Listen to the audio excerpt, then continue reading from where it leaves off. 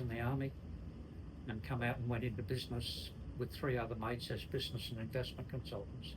I was an accountant, one of them was a solicitor, one was a stockbroker, and one was an insurance actuary. And we set up a business called Business and Investment Consultants, got a gig at Queensland University talking to the final year medical students. Well, a lot of clients were doctors, dentists and vets. And the only difference between them and us is we didn't understand what we were doing. Might have to talk a bit louder, Gordon. Yeah, if the voice worked, it'd be better.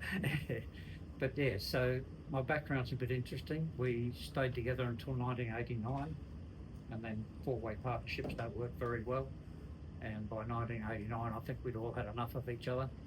One become a minister, one become a politician, one become the head of the credit union movement in Australia, and I went and joined a big building company as their investment manager. So that's where I learned how corporations work. It's the hardest 2 years of my life, and I'll never go back into it. I can't believe how inefficient and how terrible it is. But that's just where it is. Since then, I've done a few things. I've acquired 33 bankrupt companies. I've restructured 31 successfully. And to me, it's just a process.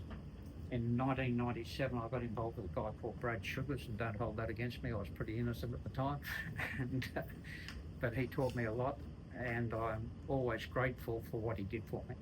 He taught me from being nobody, where I was earning about 130 grand a year. I thought I was king dog, and in 97, that wasn't too bad an income.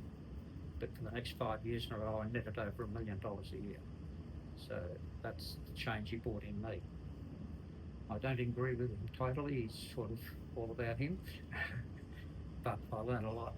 We also franchised that business, and we built 523 franchises in 27 countries in a 5-year period.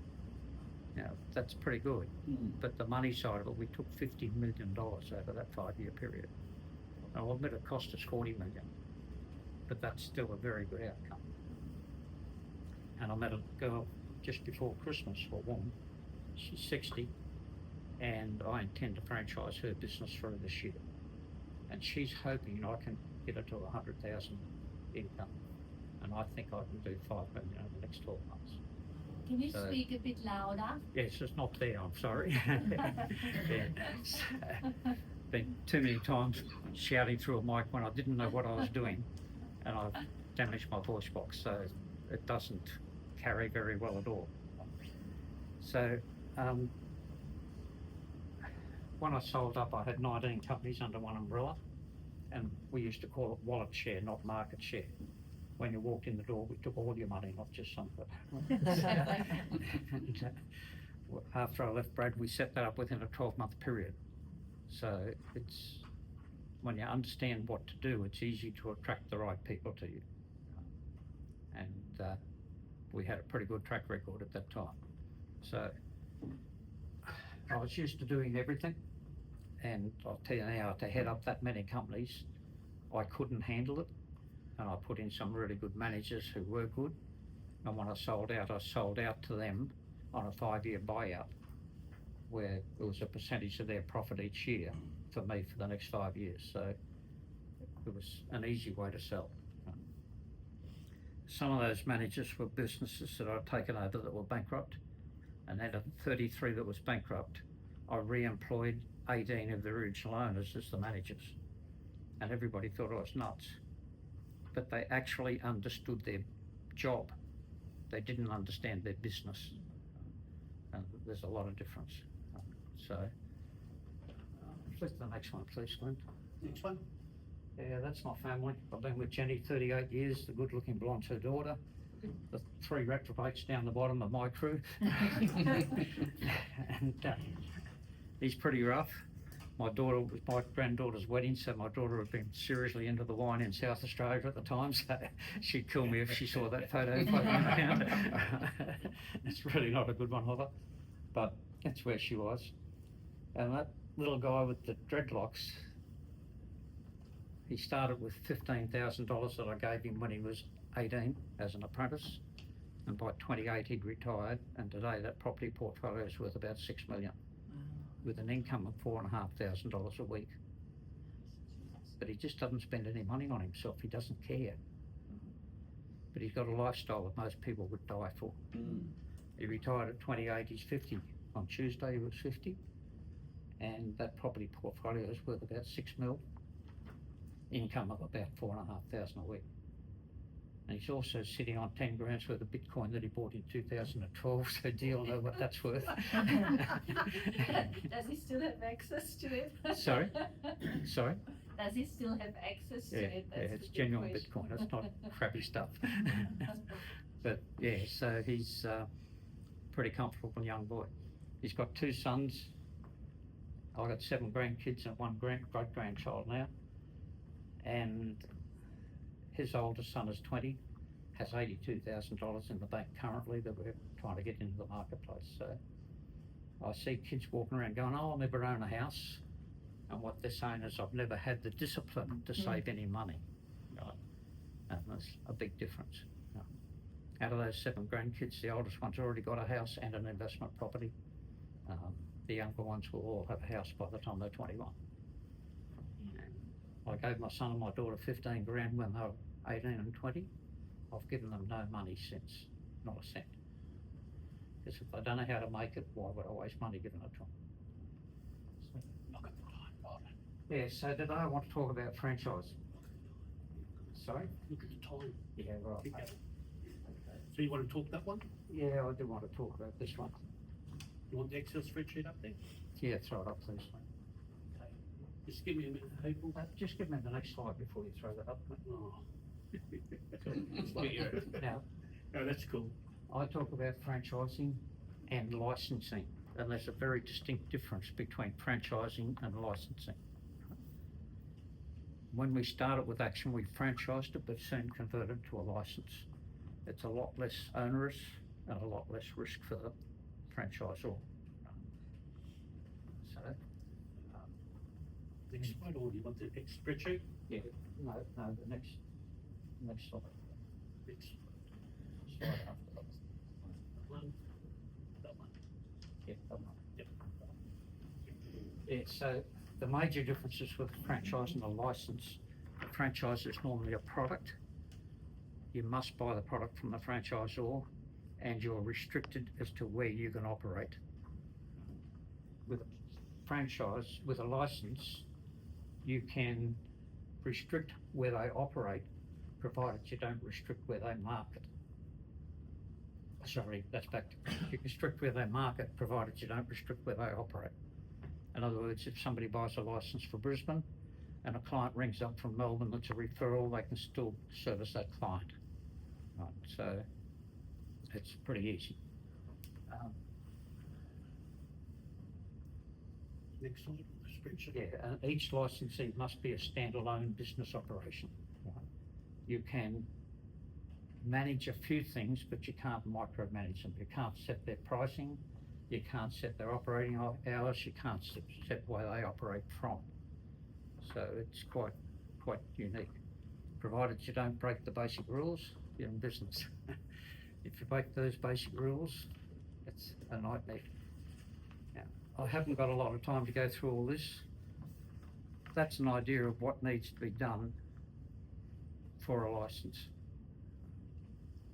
And it's interesting, I look through and I look at this and go, 90% of that should be done for every business operation.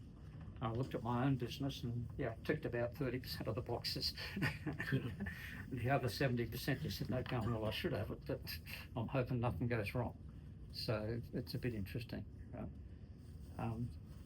The other thing, I think a lot of people go into business and they're good at what they do, but they don't understand where the money is. In every business I've owned and every bankrupt business I've acquired, I've found the back end. And by that I mean, in the hot bread shop, we put a pastry cook in at 10 o'clock at night.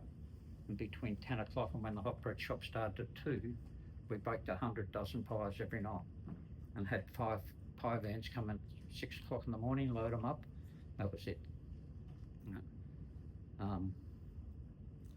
With the dress shop, we put a hairdressing salon upstairs and a fitness centre in the basement and sold a thing called the Body Shop. a woman come in her 30s and wanted to regenerate, we'd give her a whole new look, a whole new outfit, new hairstyles, a whole lot of stuff.